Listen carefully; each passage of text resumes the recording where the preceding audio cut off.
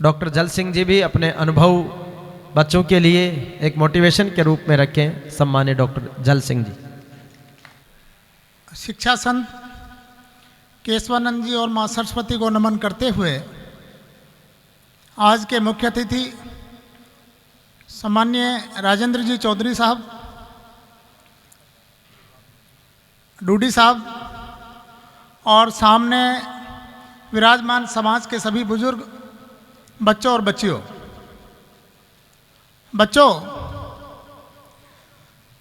एक बार एक स्कूल से टीचर ने बच्चे को घर भेज दिया था चिट्ठी लिख करके कि जाओ तुम घर चले जाओ, आज के बाद स्कूल मत आना। बच्चे ने जाके अपनी माँ को कहा कि माँ मुझे स्कूल में आने के लिए मना कर दिया है। माँ ने वो चिट्ठी पढ़ी और चिट्ठी पढ़ते हुए माँ रोने लगी।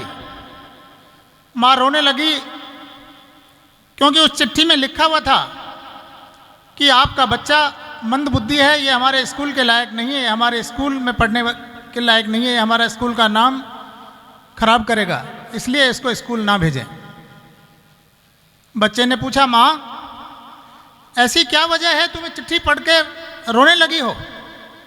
तो माँ ने कहा कि बेटा इस चिट्ठी में लिखा है कि तुम्हारा बच्चा इतना होनहार और इतना इंटेलिजेंट है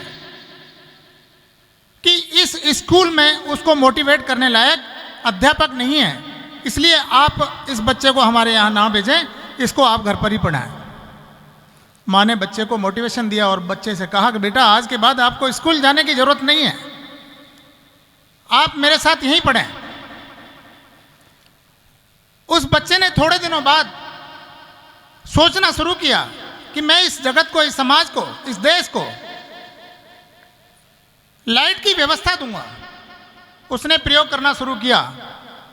999 बार वो फेल हुआ, लाइट नहीं जला सका।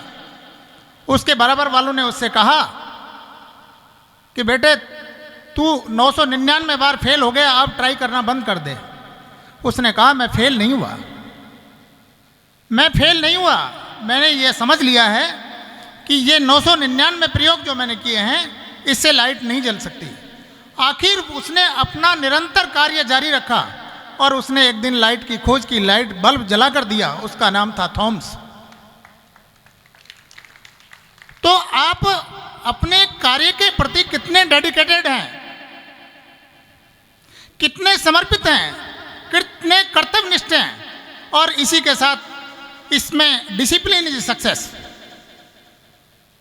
अनुशासन के साथ यदि आप अपने कार्य को आगे बढ़ाते हैं तो आपकी सफलता को कोई नहीं रोक सकता उस दुनिया में। भाई किवाड़ा ने कहा है, संक्षेप में कहें तो मैं थोड़ा कम समय लेते हुए एक बार एक सामाजिक बात के तौर पे और कह देता हूँ। मैं माननीय राजेंद्र जी न्यायाधीश के साहब के गांव गया, इनके छोटे भाई एक्सपायर हो गए थे तो बैठक में गया था। इनका विशाल गांव देखा, बड़ा गांव था और उस गांव में अच्छे अच्छे मकान थे। वहाँ लोगों से हमारा संपर्क हुआ तो लोगों ने कहा इस गांव में कई सौ लोग सर्विस में हैं।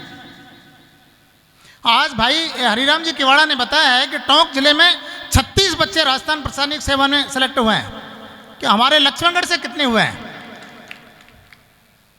हमारे लक्ष्मणगढ़ से कितने हुए हैं? इसके पीछे हमारा एक ही काम है कि हम कुरीतियों में फंसे हुए हैं। समझिए समय निकलता जा रहा है, पछड़ते जा रहे हैं। भाई अकेला टोंक ऐसा जिला जो आप और हम जाके देखें तो वहाँ काफ़ी कुछ पीछे हैं लोग। अभी भी लोग छप्परों में रहते हैं वहाँ पर, मैंने देखा है उसको।